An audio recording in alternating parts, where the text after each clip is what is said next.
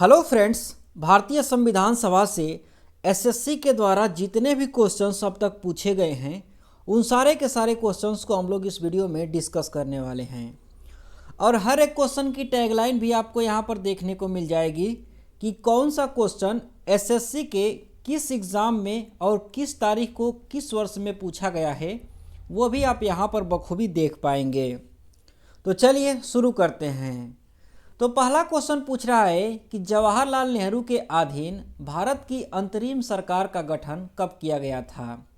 तो जवाहरलाल नेहरू की अध्यक्षता में जो अंतरिम सरकार का गठन किया गया था वो किया गया था 2 सितंबर 1946 ईस्वी को। इसलिए जो ऑप्शन सी है ये बिल्कुल सही होगा। भारत का संविधान लागू होने से पहले 2 बार अंतरिम सरकार का गठन हो चुका था। एक तो 2 सितंबर 1946 ईस्वी को हुआ जवाहरलाल नेहरू जी की अध्यक्षता में, लेकिन इससे पहले 24 अगस्त 1946 ईस्वी को भी एक बार अंतरिम सरकार का गठन हो चुका था।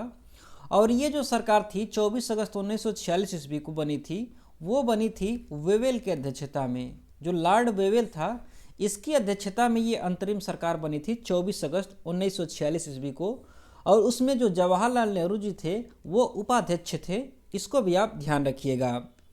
इसके अलावा अगर हम लोग बात करें तो जो 2 दिसंबर 1946 ईस्वी को जवाहरलाल नेहरू जी की अध्यक्षता में जो सरकार बनी थी अंतरिम सरकार, इसमें कुल 11 सदस्य शामिल थे। कितने? 11 सदस्य इसमें शामिल थे।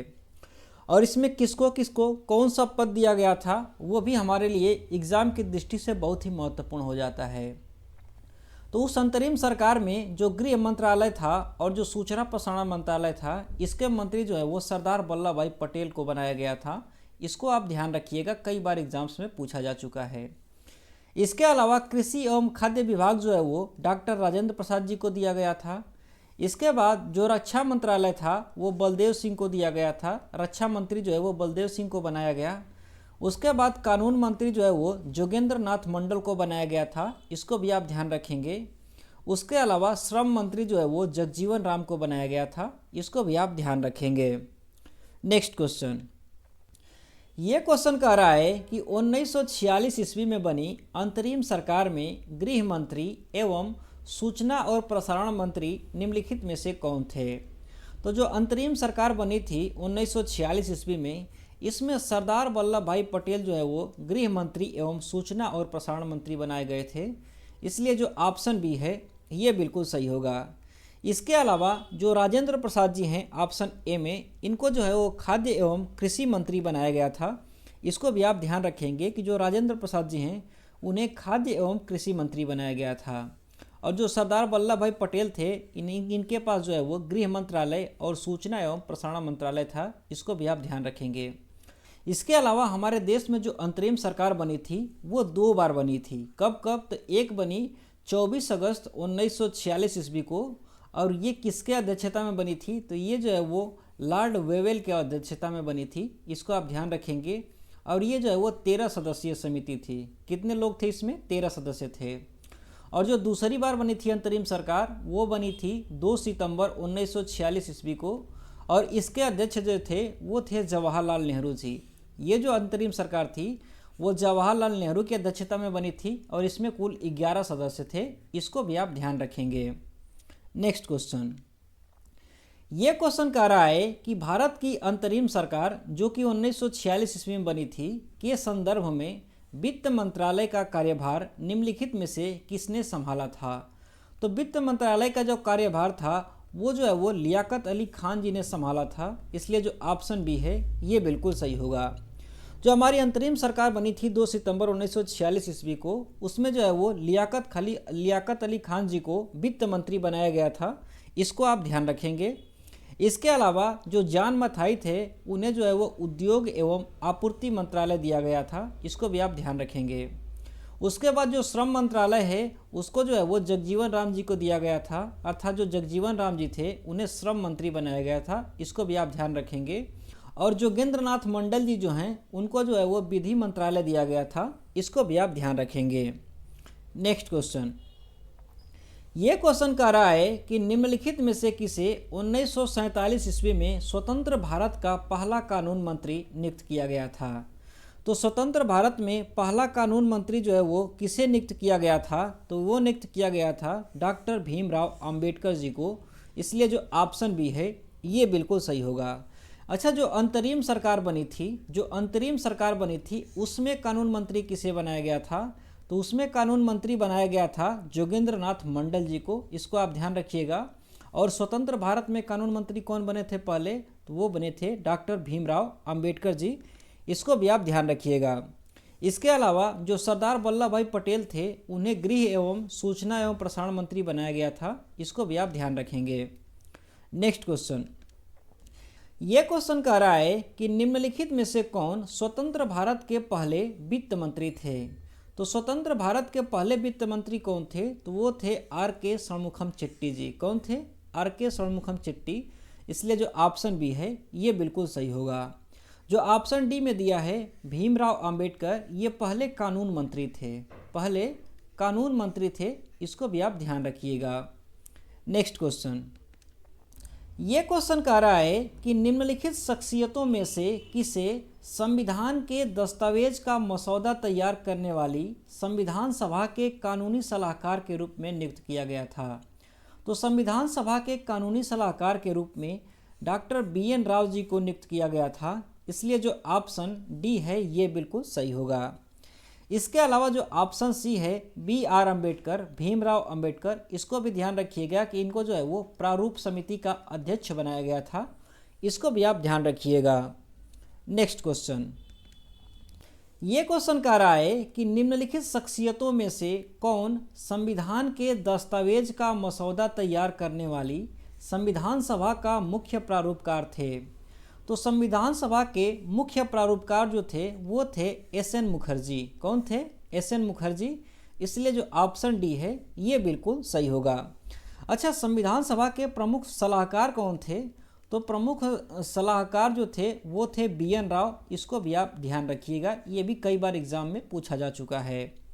नेक्स्ट क्वेश्चन, ये क्वेश्चन कह रहा है कि संविधान निर्माण के लिए निर्वाचित संविधान सभा की प्रथम बैठक निम्नलिखित में से कब आयोजित की गई थी। तो संविधान सभा की जो पहली बैठक थी वो आयोजित की गई थी 9 दिसंबर 1946 ईस्वी को। इसलिए जो ऑप्शन सी है ये बिल्कुल सही होगा। 9 दिसंबर 1946 ईस्वी को संविधान सभा की पहली बैठक हुई थी। और कहाँ पर हुई थी, तो ये जो है वो नई दिल्ली में हुई थी। नई दिल्ली में जो कॉन्स्टिट्यूशन हॉल है वहाँ पर हुई थी। आज के समय का जो पुराना वाला जो संसद भवन है वही उस समय जो है वो कॉन्स्टिट्यूशनल हॉल था। इसी में संविधान का निर्माण हुआ था। इसको भी आप ध्यान रखिएगा। और जब संविधान सभा की पहली बैठक हुई तो उसमें जो है वो सच्चिदानंद सिन्हा जी को अस्थायी अध्यक्ष चुना गया था। इसको भी आप ध्यान रखिएगा। और इन्हीं के जगह पर बाद में डॉक्टर राजेंद्र प्रसाद जी को अस्थायी अध्यक्ष बनाया गया था। और इसके अलावा उपाध्यक्ष किसे बनाया गया था इस संविधान सभा में, तो जो SC मुखर्जी जी थे इन्हें उपाध्यक्ष बनाया गया था। इसको भी आप ध्यान रखिएगा। नेक्स्ट क्वेश्चन, ये क्वेश्चन कह रहा है कि संविधान सभा में महिला प्रतिनिधियों की संख्या कितनी थी। तो संविधान सभा में महिला प्रतिनिधियों की कुल संख्या जो है वो थी 15। कितनी थी, 15 थी।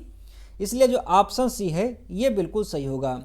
अच्छा, संविधान सभा में कुल संख्या कितनी थी, तो जो कुल संख्या थी वो थी 389। कितनी थी, 389 थी। और इसमें से कुल 15 महिलाएं जो है उसमें शामिल थीं। लेकिन जब 1947 ईस्वी में जब देश आज़ाद हुआ और भारत और पाकिस्तान का विभाजन हो गया तो जो 90 सदस्य थे वो पाकिस्तान चले गए। और उसके बाद कुल बचे थे 299 सदस्य। कितने बचे, 299 सदस्य बचे थे। और इन्हीं लोगों ने मिलकर के भारत का संविधान तैयार किया था। इसको भी आप ध्यान रखिएगा।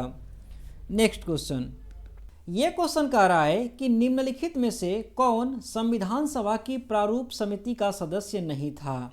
तो संविधान सभा में जो प्रारूप समिति बनी थी उसमें कौन सदस्य नहीं थे, तो जो ऑप्शन बी में दिया है BN राव, ये प्रारूप समिति में नहीं बल्कि ये जो थे वो संविधान सभा के कानूनी सलाहकार थे। इसलिए जो ऑप्शन बी है ये बिल्कुल सही हो जाएगा। अच्छा, ये जो प्रारूप समिति बनी थी जो संविधान सभा में, इसका निर्माण कब हुआ था, तो इसका गठन जो है वो 29 अगस्त 1947 ईस्वी को हुआ था। इसको भी आप ध्यान रखिएगा, ये कई बार एग्जाम्स में पूछा जा चुका है।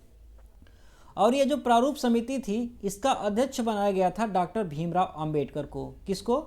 डॉक्टर भीमराव अंबेडकर को इसका अध्यक्ष बनाया गया था और इसमें कुल 7 सदस्य शामिल थे। कितने थे? 7 सदस्य शामिल थे। कौन कौन? तो पहले तो डॉक्टर भीमराव अंबेडकर जी थे जो कि इसके अध्यक्ष थे। उसके बाद एन गोपाला स्वामी अयंगर थे। उसके बाद सैयद मोहम्मद सादुल्लाह थे।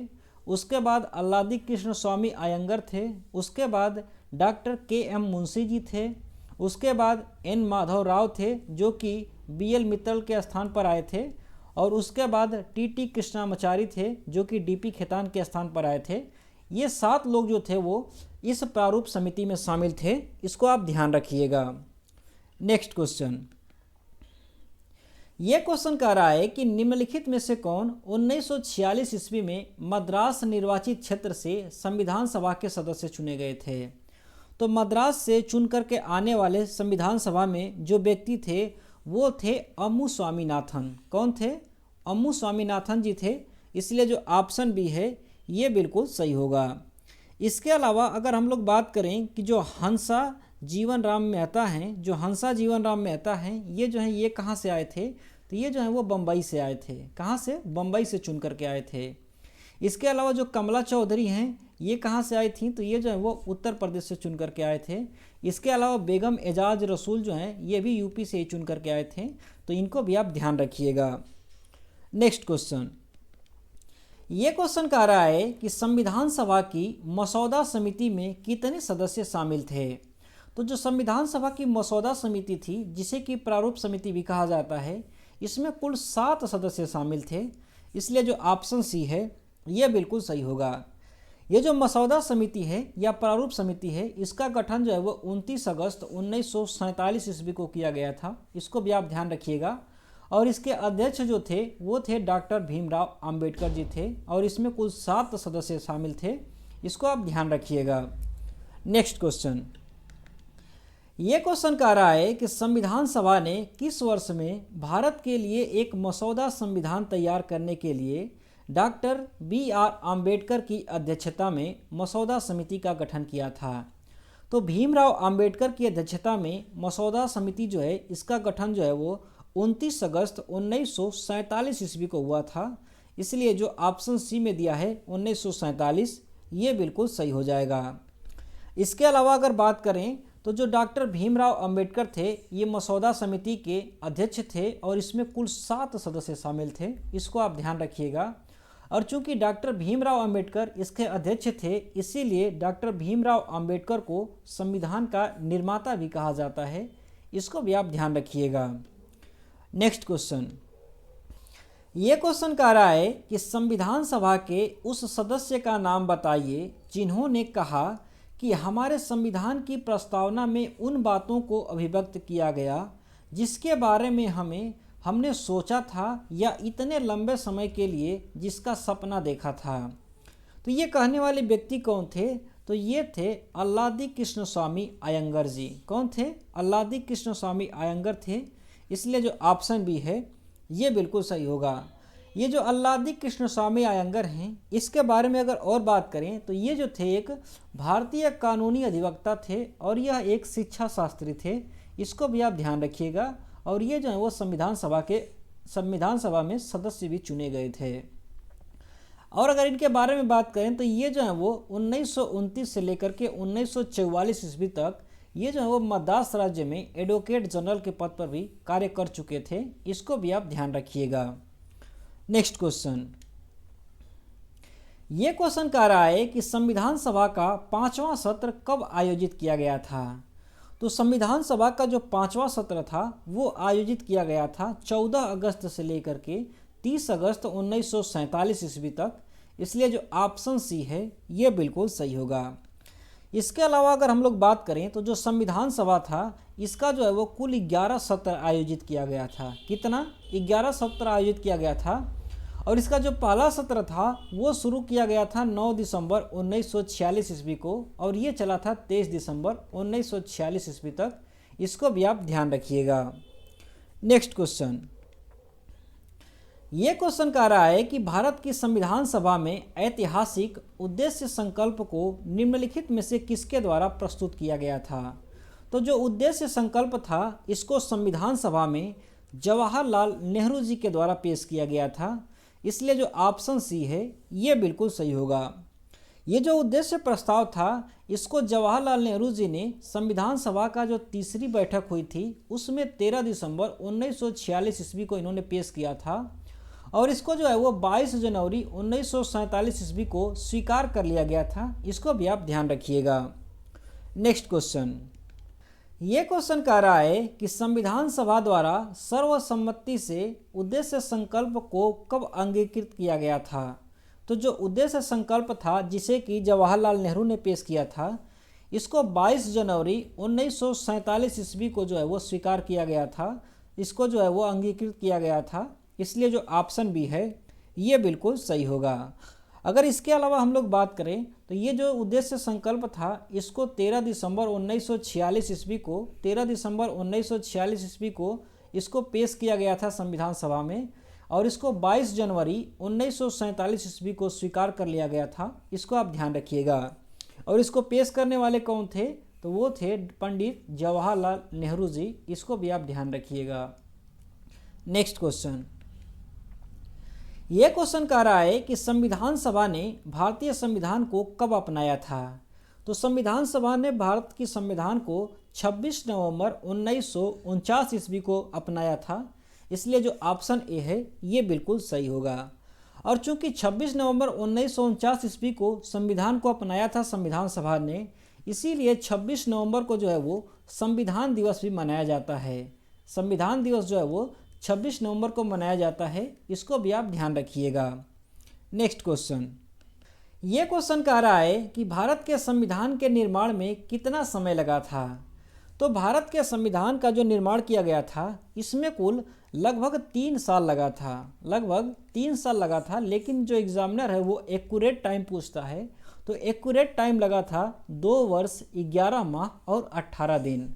2 वर्ष 11 माह और 18 दिन लगा था, इसलिए जो ऑप्शन ए है ये बिल्कुल सही होगा। अच्छा, संविधान को बनाने में खर्चा कितना आया था। तो संविधान को बनाने में लगभग 64 लाख रुपए का खर्च हुआ था। इसको भी आप ध्यान रखिएगा। लेकिन एग्जामिनर जो है वो फिर से जो है एक्यूरेट मनी पूछता है कि कितना खर्चा हुआ था। तो एक्यूरेट जो है वो 63,96,729 रुपया खर्च हुआ था संविधान को बनाने में। इसको आप ध्यान रखिएगा। और संविधान सभा के अस्थायी अध्यक्ष कौन थे। तो संविधान सभा के अस्थायी अध्यक्ष थे डॉक्टर राजेंद्र प्रसाद जी। इसको भी आप ध्यान रखिएगा। नेक्स्ट क्वेश्चन, ये क्वेश्चन कह रहा है कि संविधान सभा के सदस्यों ने किस तिथि को भारतीय संविधान पर हस्ताक्षर किया था। तो संविधान सभा के सदस्यों ने भारतीय संविधान पर 24 जनवरी 1950 ईस्वी को हस्ताक्षर किया था। 24 जनवरी 1950 ईस्वी को, इसलिए जो ऑप्शन बी है ये बिल्कुल सही होगा। अच्छा, हस्ताक्षर करने वाले कितने व्यक्ति थे, कितने सदस्य थे। तो वो थे 284 सदस्य। कितने थे, 284 सदस्यों ने 24 जनवरी 1950 ईस्वी को जो अंतिम बैठक हुई थी उसमें सारे लोगों ने संविधान पर हस्ताक्षर किया था। इसको भी आप ध्यान रखिएगा। और जब अंतिम बैठक हुई थी, मतलब कि संविधान जब पूरी तरह से बन करके तैयार हो गया, तो उसमें कुल 395 अनुच्छेद थे, 22 भाग थे और 8 अनुसूचियाँ थीं। इसको भी आप ध्यान रखिएगा। नेक्स्ट क्वेश्चन, ये क्वेश्चन कह रहा है कि 26 नवंबर 1949 को अंगीकृत भारतीय संविधान में एक प्रस्तावना 395 अनुच्छेद और कितनी अनुसूचियाँ थीं। तो भारत का संविधान जब बन करके तैयार हुआ था तो उसमें जो है वो कुल 8 अनुसूचियाँ थीं। कितनी थी, 8 अनुसूचियाँ थीं। इसलिए जो ऑप्शन सी है ये बिल्कुल सही होगा।